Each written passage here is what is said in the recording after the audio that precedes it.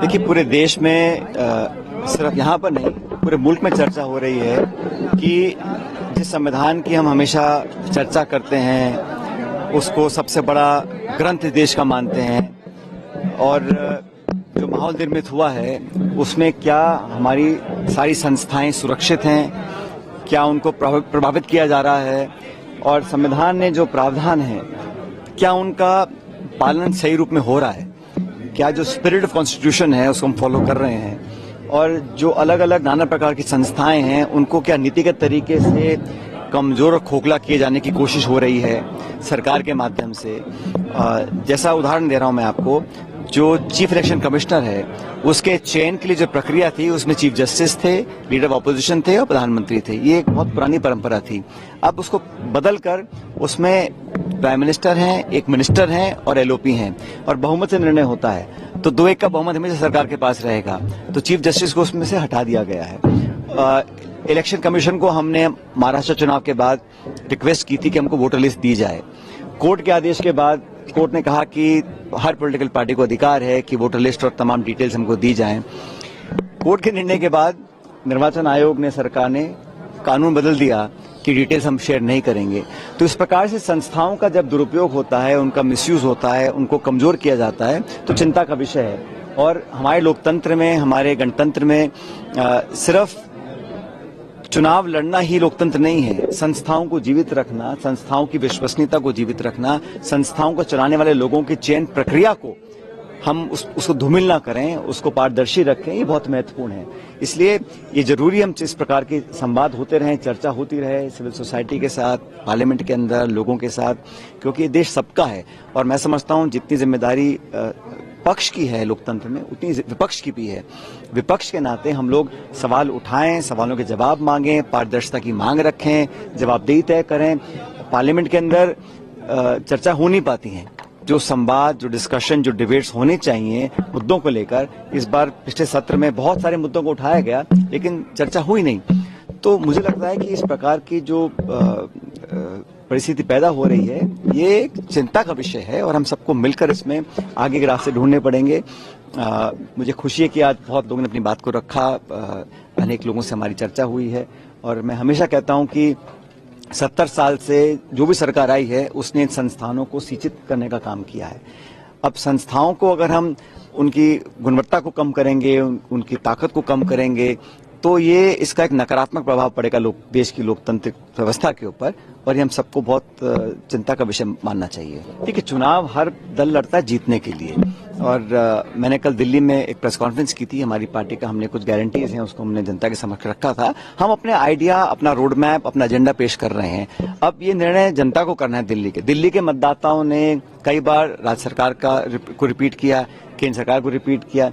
भाजपा और आम आदमी पार्टी को अनेकों बार मौके दिए दिल्ली ने। दिल्ली के लोगों ने दोनों पार्टियों को देख लिया, लेकिन वहां पर जो टकराव पैदा हो रहा है, वहां पे जो आरोप प्रत्यारोप की राजनीति हो रही है, शीश महल और राजमहल, और कितने करोड़ किसने मकान पे खर्च किए, कितने नहीं किए, उस विवाद में जो चुनाव सिमटता चला जा रहा है। कांग्रेस पार्टी ने एक वैकल्पिक व्यवस्था के लिए एक रोड मैप दिया है, अलग अलग गारंटीज हम दे रहे हैं, और कांग्रेस में शीला जी के समय जो काम हुए दिल्ली के अंदर 15 साल, वो सबने देखे हैं। तो हम उसके दल पे वोट मांग रहे हैं।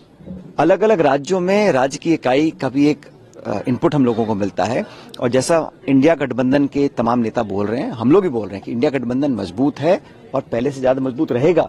लेकिन अलग अलग राज्यों में कभी कभी जो विधानसभा के चुनाव आते हैं उसमें हम अपना अलग स्टैंड लेते हैं।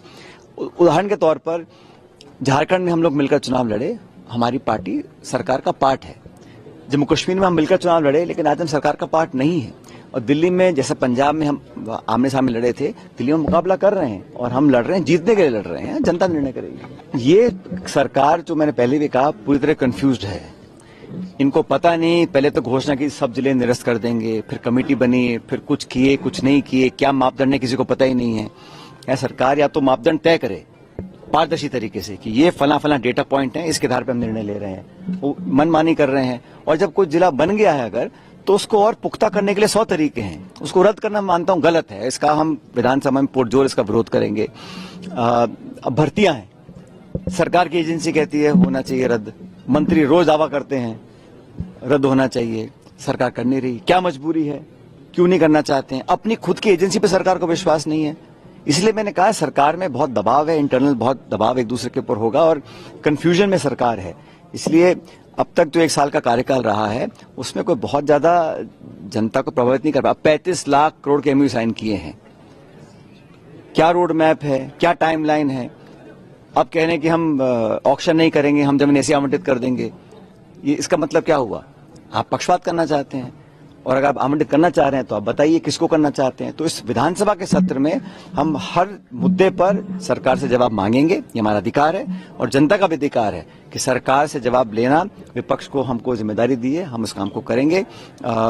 लेकिन सरकार के कार्यकाल का जो 1 साल रहा है बड़ा अनसर्टन टाइप रहा, क्योंकि मैंने कहा ना, नाना प्रकार के यहाँ पावर सेंटर बन गए हैं और मंत्री कुछ कह रहे हैं, ब्यूरोक्रेट्स कुछ कह रहे हैं। और पहली बार देखा है मैंने कि ब्यूरोक्रेसी इतनी हावी है, ट्रांसफर की लिस्ट हो, निर्णय लेने हो, राइजिंग राजस्थान का जो किया पूरा, जो ब्यूरोक्रेसी इतनी ज्यादा हावी इसलिए है क्योंकि यहाँ पर मल्टीपल पावर सेंटर सरकार के बने हुए हैं। अब देखिए, अभी तो मुझे कोई बता रहा था कि संविधान को वहां कुंभ मेले में ले जाना चाहते हैं, वहां पर कुछ करना चाहते हैं। अब संविधान के आप सामने माथा टेको, उसकी आरती उतारो, वो अलग बात है, लेकिन संविधान में जो लिखा है उसका कितना पालना हम लोग कर रहे हैं। आप 10 साल से सत्ता में हैं और संवैधानिक संस्थाओं को लगातार नीतिगत तरीके से जानबूझकर लगातार आप खोखला करते चले जा रहे हैं। पूरा देश देख रहा है।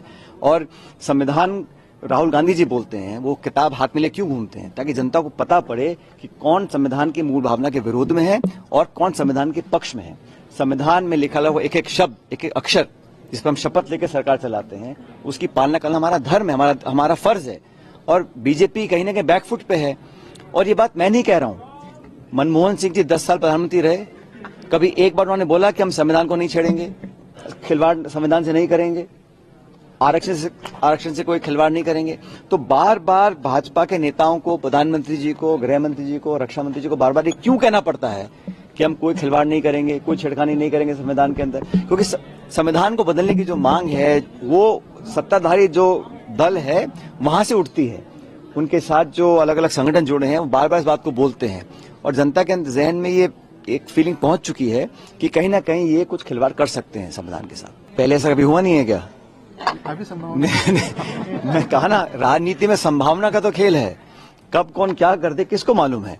और राजनीति में कुछ हफ्ते, कुछ महीनों के बाद क्या हो पता नहीं, लेकिन जो इंडिया गठबंधन है वो पूरी तरह मजबूत है। लोकसभा को लेकर हम चुनाव इकट्ठा लड़े थे, जैसे मैंने कहा हमारे अच्छे परिणाम आए उत्तर प्रदेश में, महाराष्ट्र में, हरियाणा में, राजस्थान में और बाकी राज्यों के अंदर भी। तो हमारा गठबंधन मजबूत है और सब नेता बार बार इस बात को बोलते हैं कि एकजुटता विपक्ष की आज एक बहुत बड़ी जरूरत है और पूरे देश को उम्मीद है इंडिया अलायंस के साथ, उसमें हम अड़िग हैं, खड़े रहेंगे। दिल्ली से क्या उम्मीद कहा कि कभी भी पलट सकते हैं, क्या आपको लगता है बिहार चुनाव के बाद नीतीश कुमार पलट सकते हैं? मैं भविष्यवाणी नहीं कर रहा हूँ, मैं तो सिर्फ इतिहास जो हुआ उसको देख के बोल रहा हूँ। आगे क्या होगा मुझे क्या मालूम है, लेकिन हमारा गठबंधन बिहार में अपने दम पर हम सरकार बनाएंगे बिहार के अंदर। मुझे